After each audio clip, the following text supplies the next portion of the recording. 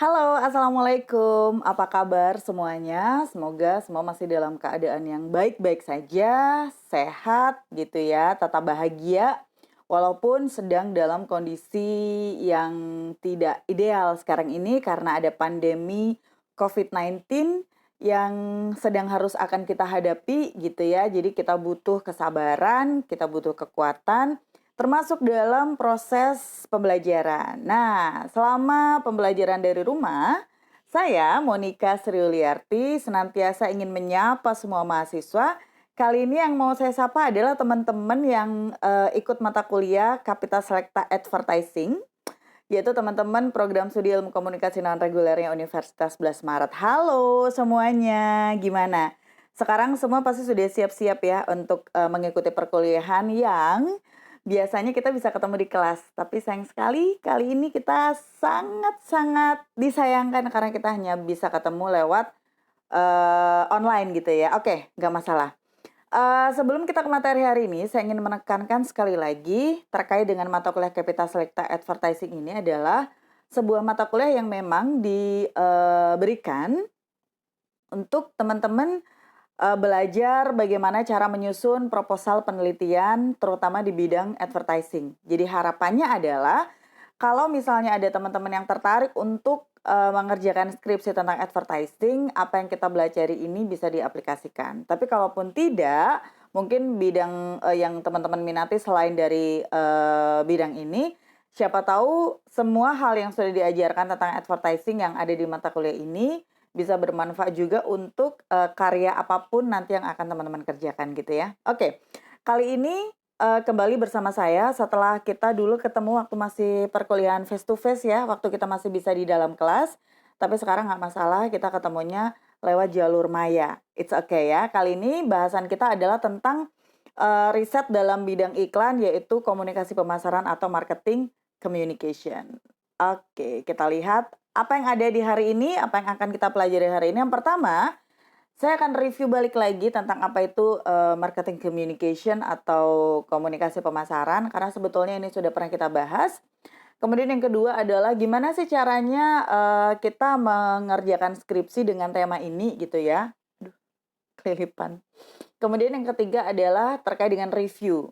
Yang sebetulnya saya tahu teman-teman pasti sudah dapat materi tentang review artikel. Jadi untuk hal-hal yang sudah pernah diberikan di mata kuliah lain, kita akan review aja. Sekedar untuk refresh, biar teman-teman nggak lupa gitu ya. Oke, yang pertama kita ke marketing communication. Ada yang masih ingat definisinya? Masih ya, ada banyak ahli sebetulnya yang mendefinisikan komunikasi pemasaran atau marketing communication. Saya ambil salah satunya dari Yeshin, dia ada di bukunya Kitchen dan Depelsmaker tahun 2004. Ada 4 poin ketika kita bicara tentang komunikasi pemasaran atau marketing communication. Yang pertama dia adalah sebuah proses. Betul. Karena kalau teman-teman ingat definisi komunikasi itu kan juga proses ya. Dari Fiske, bukunya Fiske, dia mengenalkan komunikasi itu sebagai dua hal. Yang pertama sebagai proses sosialisasi atau transfer pesan, yang kedua adalah tentang produksi dan pertukaran makna. Nah, jadi sangat masuk akal ketika di sini Yeshin menjelaskan komunikasi pemasaran ini adalah sebuah proses. Proses apa sih gitu ya? Yang jadi masalah kan sekarang itu ya, proses apa? Nah, selain proses, unsur yang ada dalam komunikasi pemasaran yang kedua adalah stimulus komunikasi. Stimulus komunikasi ini apa lagi gitu ya. Sebetulnya yang disebut dengan stimulus komunikasi ini kita bisa sebut dengan channel atau tools ya. Jadi sesuatu yang bisa merangsang orang lain, orang lainnya siapa? Target audience yang ada di part ketiga. Target audience untuk bisa melakukan sesuatu, untuk bisa memberikan tanggapan tertentu seperti yang diharapkan oleh komunikator gitu ya. Jadi sebetulnya kalau bicara mengenai komunikasi pemasaran itu tidak jauh berbeda dengan komunikasi pada umumnya. Ada unsur proses, ada unsur media atau tidak harus media ya karena stimulus komunikasinya tidak harus sesuatu yang berkaitan dengan media. Bisa juga secara langsung atau direct communication. Dan tanggapan yang diharapkan ini lebih kepada bagaimana efek yang nanti diinginkan. Nah, secara spesifik di komunikasi pemasaran ini tentu saja efeknya itu tergantung dari goal atau tujuan komunikasinya. Dia ingin apa sih? Si komunikator ingin apa sih? Apakah dia ingin sasarannya ini membeli produknya, apakah dia ingin sasarannya ini sekedar mengetahui, oh ini loh ada produk varian baru dari brand yang sudah settle misalnya. Nah itu jadi tergantung dari apa yang diinginkan oleh komunikator gitu ya. Oke. And then next, ini adalah contoh stimulus komunikasi. Saya nggak tahu kelihatan nggak ya di layar teman-teman ya. Tapi paling tidak ini diambil dari bukunya Kitchen and the Pelsmaker yang dia kutip dari bukunya Phil tahun 95. Phil itu mengatakan bahwa stimulus komunikasi yang bisa digunakan untuk marketing communication itu ada 5. Yang pertama adalah advertising atau iklan. Yang kedua adalah sales promotion atau promosi penjualan. Kemudian yang ketiga adalah public relations atau PR. Yang keempat adalah personal selling. Dan yang terakhir adalah direct marketing. Nah, ini adalah 5 stimulus komunikasi konsepsinya dari Phil yang ada di bukunya Kitchen and the Pelsmaker. Tapi tidak hanya itu saja teman-teman, ada beberapa ahli juga yang menjelaskan stimulus komunikasi.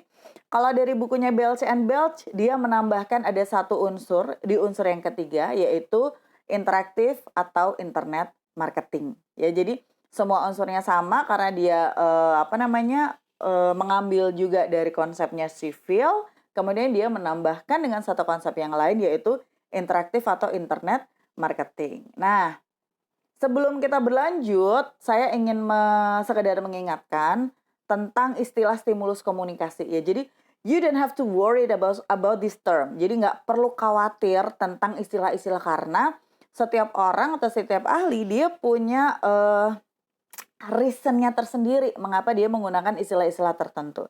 Tapi yang jelas stimulus komunikasi ini juga dikenal dengan istilah tools of marketing communication atau dia juga jadi tools of IMC, integrated marketing communication, atau ada yang sebut juga dengan promotional mix atau bauran promosi. So you don't worry about it ya, jangan mempermasalahkan kok di buku ini istilahnya begini, kok di buku A istilahnya begini gitu ya. Tapi itu maksudnya adalah sama, semuanya adalah sama. Jadi tadi kalau teman-teman bisa lihat ya di beberapa tools, ada yang dia melibatkan media, tapi ada juga yang tidak gitu ya. Jadi misalnya sales promotion itu juga bisa dilakukan oleh orang atau juga bisa orang menggunakan media tertentu. Intinya seperti itu gitu ya. Tuh.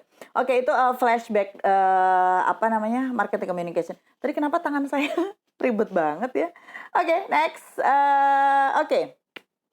Gimana sih caranya merancang riset atau penelitian dengan topik komunikasi pemasaran? Nah, kalau bikin penelitian, apapun topiknya, normal flow-nya adalah pertama, kita temukan masalah yang ada. Normalnya gitu. Jadi kalau kita mau riset, itu urutan yang benar tuh seperti itu. Jadi kita scanning problem. Karena sebenarnya masalah di dunia ini kan banyak banget ya. Cuman kalau mau diteliti dengan penelitian ilmiah, itu kan kita harus bisa merumuskan masalahnya seperti apa. Kemudian setelah kita temukan masalahnya, untuk menemukan masalah, normalnya bisa kita lakukan dengan 2 cara teman-teman. Yang pertama adalah dengan melihat fenomena sosial. Mengamati apa yang terjadi sekarang ini di dunia ini, ya. Baik di lingkungan sekitar kita, ataupun itu isu yang lingkupnya nasional misalnya, atau bahkan isu yang internasional atau mengglobal. Yang kedua, selain kita bisa mengamati fenomena sosial, bagaimana sih cara kita menemukan masalah? Bisa dengan baca literatur, baca jurnal, baca hasil riset, ya. Dari situ nanti kita akan melihat, riset A ini, misalnya ya, riset A ini bicara tentang komunikasi pemasaran di perusahaan pemerintah misalnya. Riset B bicara tentang komunikasi pemasaran di perusahaan yang bergerak di bidang pertambangan misalnya. Riset C bicara atau meneliti tentang komunikasi pemasaran yang ada di perusahaan yang bergerak di bidang pariwisata misalnya. Itu kan sudah ada beberapa ya. Tapi kok belum ada yang membahas tentang komunikasi pemasaran yang ada di perusahaan yang bergerak di bidang kesehatan misalnya. Nah, dari situ kita bisa menemukan, ini berarti masalah nih, gitu ya. Itu kalau kita mau merumuskan masalah dari melihat riset yang sudah ada. Tapi seringkali itu hal yang ideal itu hanya tinggal kenangan. Karena apa? Karena seringkali kebalik teman-teman. Jadi seringkali teman-teman gini, "Bu, saya anaknya tuh mau neliti apa ya? Saya nih tertarik banget nih sama masalah media sosial," misalnya. Jadi, milih dulu, milih kajiannya dulu, baru cari kasusnya. Dan itu pun sebetulnya nggak masalah juga ya, walaupun memang itu tidak ideal. Jadi alur terbaliknya yang banyak juga terjadi sekarang ini adalah teman-teman pilih satu kajian dulu, kemudian mencoba mencari kasus dari kajian itu, gitu ya. Jadi dari komunikasi pemasaran nih, apa nih? Apa mau kita bahas strateginya? Apa mau kita bahas tadi ya, apa namanya? Channel-nya misalnya, hal-hal semacam itu, gitu. Nah, kemudian setelah kita tahu topik spesifik apa dari komunikasi pemasaran, kita bisa mulai susun proposal.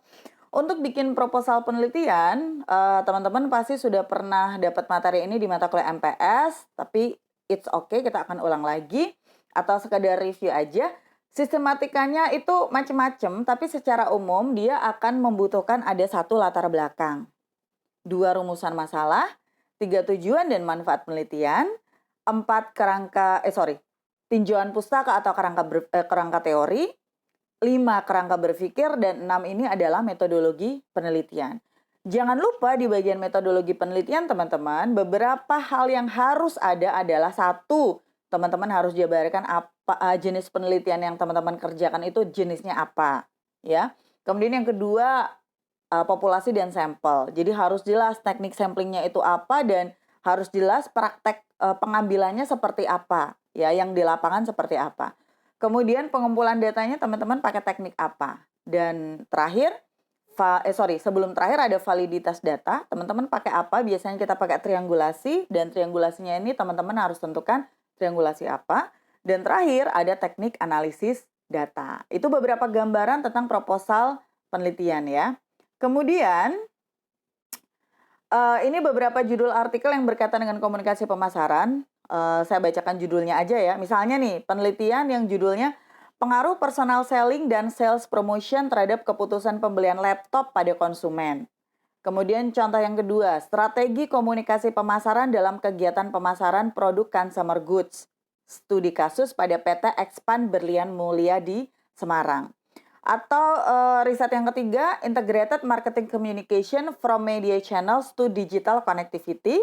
Dan yang terakhir contohnya adalah strategi komunikasi pemasaran digital pada produk kuliner tradisional. Ini hanya contoh-contoh saja.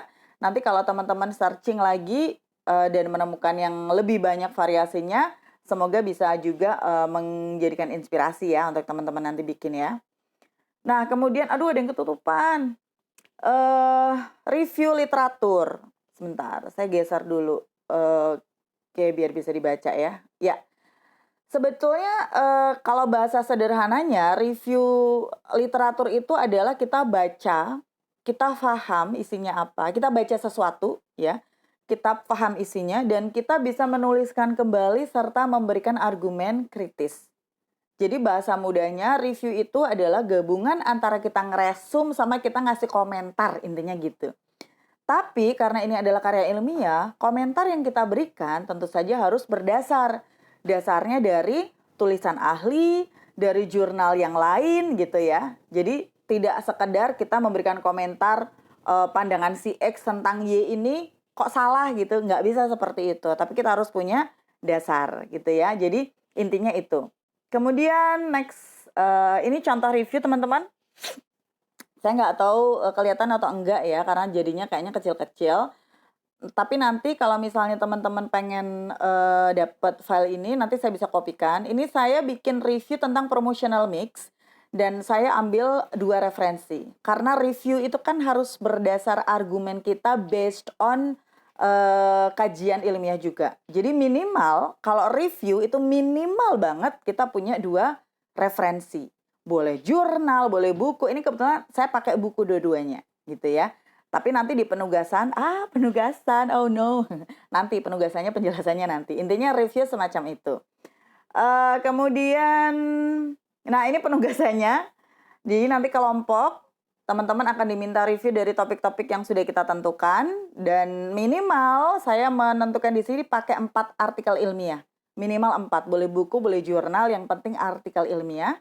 Dan setiap kelompok harus melakukan konsultasi minimal pada hari keempat setelah penugasan. Harus ya, wajib ya. Karena seringkali kita kasih kesempatan, silakan teman-teman konsul. Pada akhirnya nggak ada konsul gitu. Gitu, jadi untuk penjelasan assignment nanti akan kita jelaskan di sesi diskusi. Tapi at least hari ini kita sudah sedikit belajar mengenai bagaimana bikin riset di bidang marketing communication dan bagaimana sih kita nge-review artikel yang bergerak, artikel tentang marketing communication gitu ya. Oke, terima kasih teman-teman yang sudah menyimak perkuliahan kita. Kita akan lanjutkan di sesi diskusi dan semoga tetap sehat, tetap semangat. Sampai ketemu lagi di pertemuan selanjutnya. Terima kasih. Assalamualaikum warahmatullahi wabarakatuh. Dah.